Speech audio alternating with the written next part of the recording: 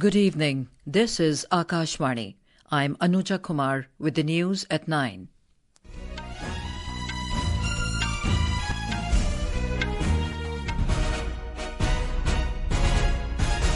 The headlines.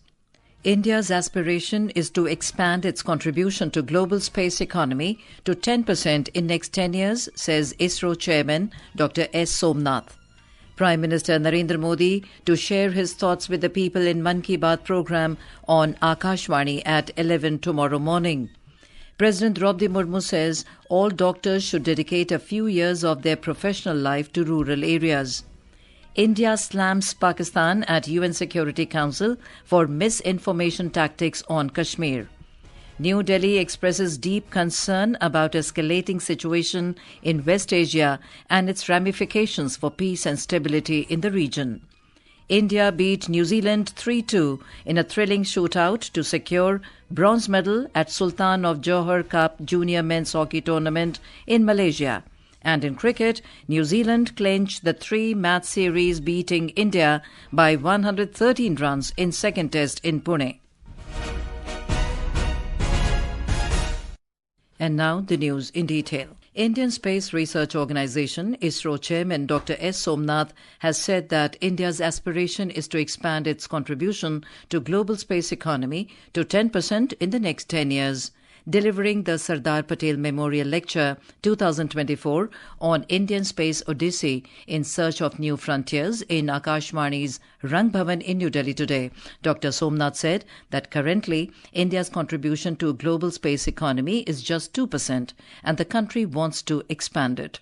Our correspondent reports that the ISRO chief emphasized the need for increased collaboration from more stakeholders engaged in the space sector. The ISRO chief said that government has taken several steps to bring reforms in the space sector. He informed that the government has launched the Indian Space Policy 2023 and liberalized FDI for the space sector. He said at present there are over 200 startups in the space sector, whereas it was only one startup in 2014. Today, there are 200 plus startups in space sector working. There is a new policy called Space Policy 2023 has been announced. A new foreign direct investment policy has been announced by government. A new geospatial policy came out. All these are adding to creating a more vibrant space economy. Today, our aspiration is that India's contribution to global space economy is hardly 2% today. We would like to expand it to something like 10% in the coming 10 plus years. Talking about the progress of indigenization of the space sector, Dr. Somanath said that India is working towards reducing its import dependency. Speaking about India's upcoming space missions, Dr. Somanath said that ISRO is planning to launch its first uncrewed mission Gaganyaan in the coming years. He said India will test its homegrown electric thrusters to steer satellites to its desired orbit. Speaking on the occasion, Prasar Bharati Chairman Navneet Sehgal said that achievements like Chandrayaan give the nation confidence and make the countrymen proud. Achievement like these, Chandrayaan 3 landing on lunar surface, that give us confidence, that give us a rare opportunity of proud all across the globe, proud all across wherever any Indian is living, he could feel proud. Prasar Bharati CEO Gaurav Dwivedi and Director General of Akashvani Dr. Pragya Paliwal Gaur were also present at the event. Suparna Saikia, Akashvani News, Delhi. President Droupadi Murmu today lauded ISRO's contributions in taking forward India's space program to greater heights. In a video message on the occasion of Sardar Patel Memorial Lecture 2024 in Akashvani's Rang Bhavan, President Murmu paid her tributes to Sardar Patel in her message. पिछले वर्ष Vikram lander द्वारा चंद्रमा के दक्षिण ध्रुव के पास उतरने का सीधा प्रसारण मैंने देखा था। सभी देशवासियों के साथ मैं भी गर्व का अनुभव कर रही थी। सरदार पटेल हमारे राष्ट्रीय एकता के प्रतीक पुरुष हैं। आइए सरदार पटेल की पावन स्मृति में हम सभी विकसित भारत के निर्माण के राष्ट्रीय लक्ष्यों की दिशा में एकजुट होकर आगे बढ़ने का संकल्प लें। The Sardar Patel Memorial Lecture is organized by Akashvani in memory of Sardar Vallabhbhai Patel, a great visionary who had national cohesion the uppermost in his mind. President Droupadi Murmu has said that all doctors should dedicate a few years of their professional life to rural areas. Addressing the convocation ceremony of the University of Health Sciences and Ayush located at Nava Raipur, the President said that states like Chhattisgarh have inexhaustible reserves of herbs. इस राज्यों में जड़ी बूटियों का Akut भंडार है। बीजा और धावड़ा जैसे पेड़ों को औषधीय महत्व के बारे में ग्रामीणों तथा जनजातीय भाई बहन जानते हैं। इस ज्ञान भंडार का डॉक्यूमेंटेशन और स्टैंडर्डाइजेशन करके उन्हें विलुप्त होने से बचाना जरूरी है। Earlier in the day, President Murmu attended the convocation ceremony of the Indian Institute of Technology IIT Bhilai. Speaking on the occasion, the President said that the tribal people are a storehouse of knowledge accumulated through a natural lifestyle. The President said the complete development of the country is possible only when there is active participation of tribal people in the development process. Our correspondent reports that the President also awarded gold medals to the students. During her two-day visit to Chhattisgarh, the President attended convocations at 4 universities, 2 focused on engineering and 2 on medical sciences. She urged students to apply modern technology for public welfare and prioritize service to the underprivileged. President also emphasized on learning from the nature-based lifestyle of tribal communities to achieve the country's sustainable development goals. Vikalp Shukla, Akashvani News, Raipur. Prime Minister Narendra Modi will share his thoughts with the people of the country and abroad in the Mann Ki Baat program on Akashvani at 11 a.m. tomorrow. It will be the 115th episode of the monthly radio program. The program will be broadcast on the entire network of Akashvani and Doordarshan, AIR News website and News on AIR mobile app. It will also be live streamed on the YouTube channels of AIR News, DD News, PMO and Information and Broadcasting Ministry. Akashvani will broadcast the program in regional languages immediately after the Hindi broadcast. In Maharashtra, with just 3 days remaining to file nomination papers for the assembly elections, political activities are gaining momentum. More from our correspondent. The BJP has released its second list of 22 candidates for the upcoming polls. The party has nominated Devyani Farande from Nasik Central, Bhimrao Tapkir from Khadakwasta, Sunil Kamble from Pune Cantonment, Hemant Rasane from Kasba Pet, Samadhan Otare from Pandarpur and Gopichand Padalkar from Jet. All 3 member parties of the opposition Mahavikas Aghadi, namely the Congress, Shiv Sena UBT and National Congress Party Sharad Pawar faction, have also released their list of candidates. The NCP Sharad Pawar has put forth its second list of 22 candidates, fielding Satish Patil from Irandal, Sandeep Shishsagar from Bid, Uday Sangle from Sinar and Deepak Chavan from Fulton, among others. The Congress has announced a list of 23 candidates, with former Maharashtra Minister Vasant Purke set to enter the fray from Ralegaon. The Shiv Sena UBT has nominated 15 candidates in its second list. The deadline to file nominations for the Maharashtra Assembly elections is 29th October. With Ankita Apte, Devapriya Bhattacharjee, Akashvani, Mumbai. In Jharkhand, scrutiny of nominations for the first phase of assembly elections will take place on the 28th of October, while candidates can withdraw their nominations till the 30th of this month. 43 constituencies will go to polls in this phase on the 13th of November. Assembly election in Jharkhand is being held in 2 phases. Voting for the second phase will take place on 20th of November.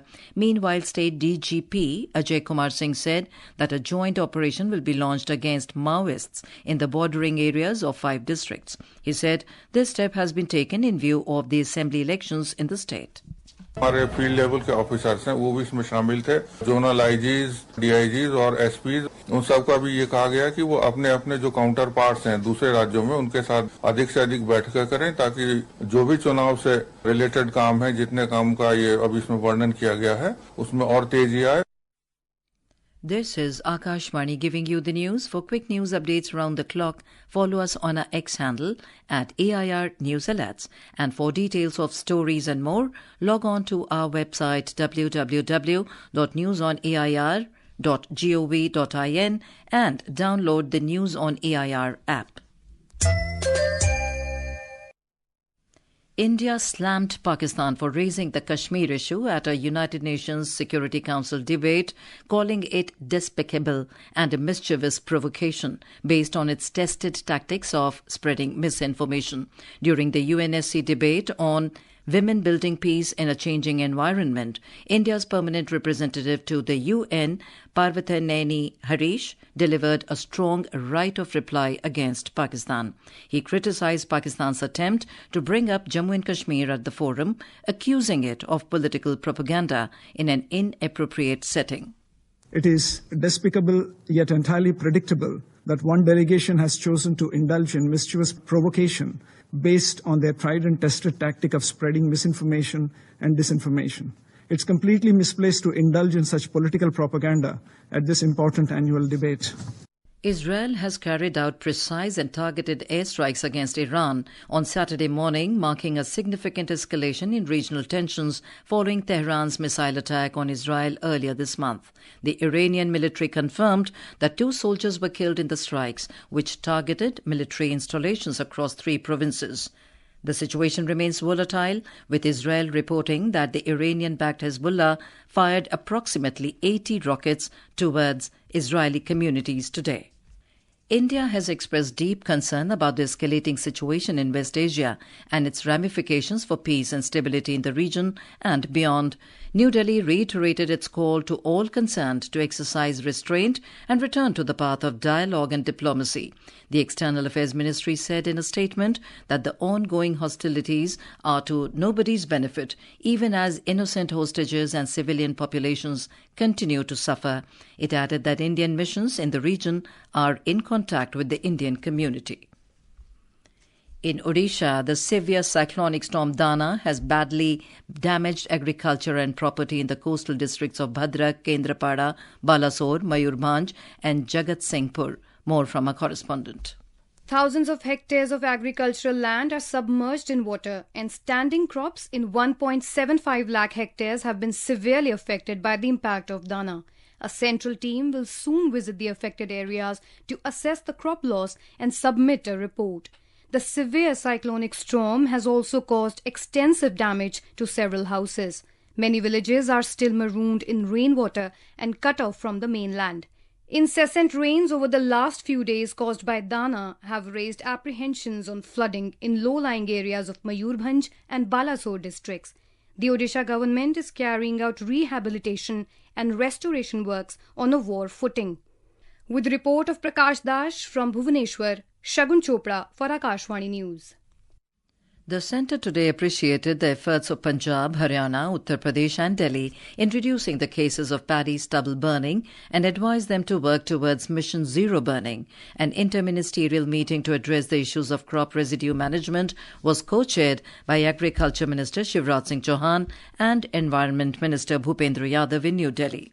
On to sports, India beat New Zealand 3-2 in a thrilling shootout to secure the bronze medal at the Sultan of Johor Cup Junior Men's Hockey Tournament today in Malaysia. After the match ended in a 2-2 stalemate in regulation time, Indian goalkeeper Bikramjit Singh held his nerve to make 3 excellent saves, while strikers Gurjot Singh, Manmeet Singh and Saurabh Anand Kushwaha scored in the tense shootout. Earlier in regulation time, Dilraj Singh and Manmeet Singh had given India a roaring start, but New Zealand disrupted India's plans in the final quarter with goals from Owen Brown and Jonty Elmis. In cricket, New Zealand defeated India by 113 runs in the second test in Pune this afternoon. With this victory, the visitors have clinched the 3-match series. Chasing a target of 359 runs set by New Zealand, India were all out for 245 in their second innings on day 3. And now, before we end the bulletin, the headlines once again. India's aspiration is to expand its contribution to global space economy to 10% in next 10 years, says ISRO Chairman Dr. S. Somanath. Prime Minister Narendra Modi to share his thoughts with the people in Mann Ki Baat program on Akashvani at 11 tomorrow morning. President Droupadi Murmu says all doctors should dedicate a few years of their professional life to rural areas. India slams Pakistan at UN Security Council for misinformation tactics on Kashmir.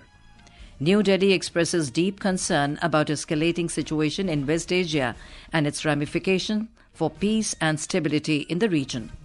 India beat New Zealand 3-2 in a thrilling shootout to secure bronze medal at Sultan of Johor Cup Junior Men's Hockey Tournament in Malaysia.